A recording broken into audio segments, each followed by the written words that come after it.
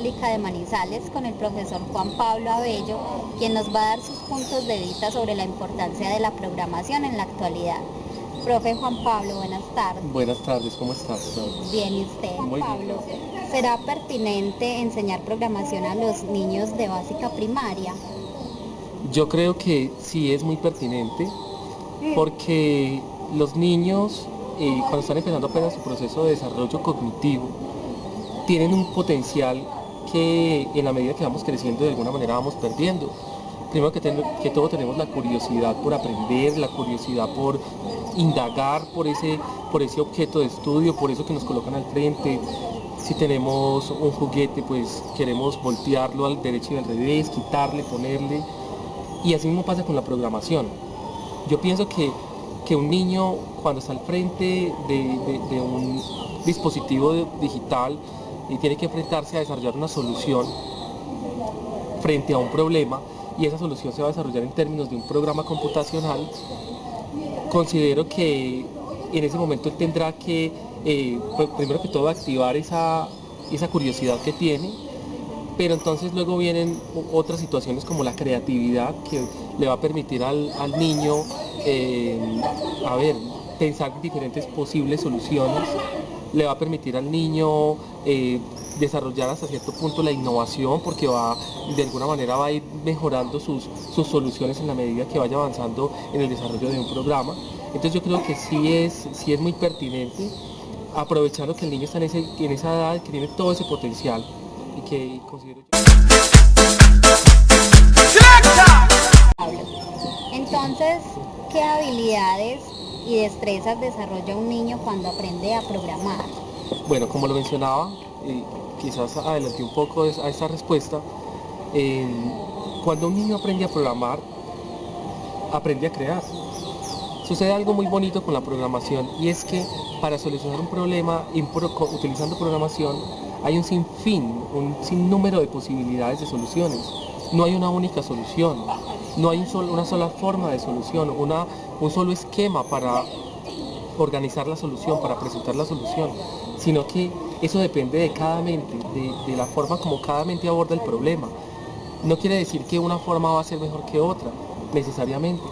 Sin embargo, cuando se aborda un problema desde la programación a solucionarlo, también el niño aprenderá a encontrar el camino más efectivo, es decir, lo que permita el camino en el que pueda emplear menos tiempo en desarrollar la solución y con menos recursos. En este caso, estamos hablando de menos código. Cuando estamos hablando de programación, hablamos de códigos, de sentencias, y pues la idea es que un programa, los computadores tienen un procesador, tienen una memoria RAM, tienen un disco duro, y perdón, cuando el computador se enfrenta a solucionar un problema, en la medida que tenga muchas instrucciones, muchas sentencias, pues se va a demorar más en dar una solución. Entonces hay que aligerarle el trabajo al computador. Allí es donde el niño buscará la forma de encontrar el camino más corto sin que ese camino implique sacrificar la solución a ese problema. Ahora, hablando en términos del problema, cuando un niño se enfrenta a la programación, entonces quiere decir que está solucionando problemas con la programación. O sea que está resolviendo problemas, estamos hablando de la resolución de problemas. Es una destreza del siglo XXI, y es una destreza que es importantísima, porque es que solucionar problemas, aprender a solucionar problemas en la programación puede hacernos trascender en la mejora de esa resolución de problemas en otras áreas.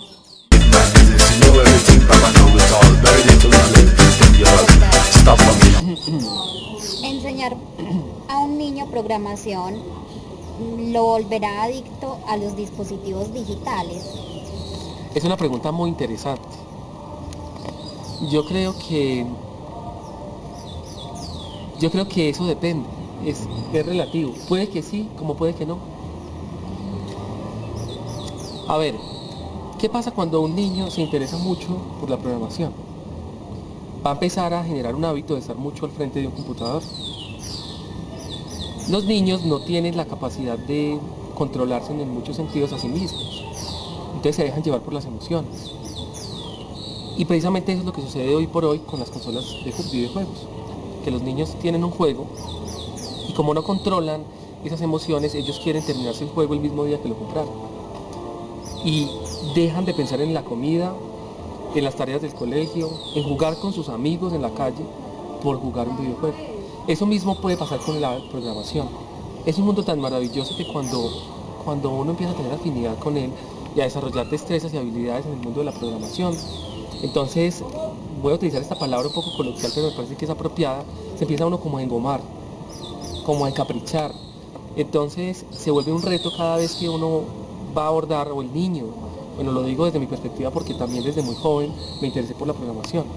Entonces empieza uno como a retar todo el tiempo para con una solución, y quiero hacer un programa, lo quiero hacer y lo tengo que terminar de hacer, y de alguna manera, bueno, eso depende de cada personalidad, de cada persona.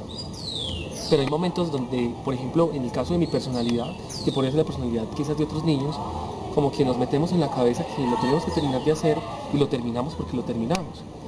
Entonces, a un niño también le podría pasar eso, se mete en la cabeza que que tiene que ser capaz, que puede ser capaz, y se podría sentar mucho tiempo y no controlar como esa parte emocional y regularla, ¿cierto?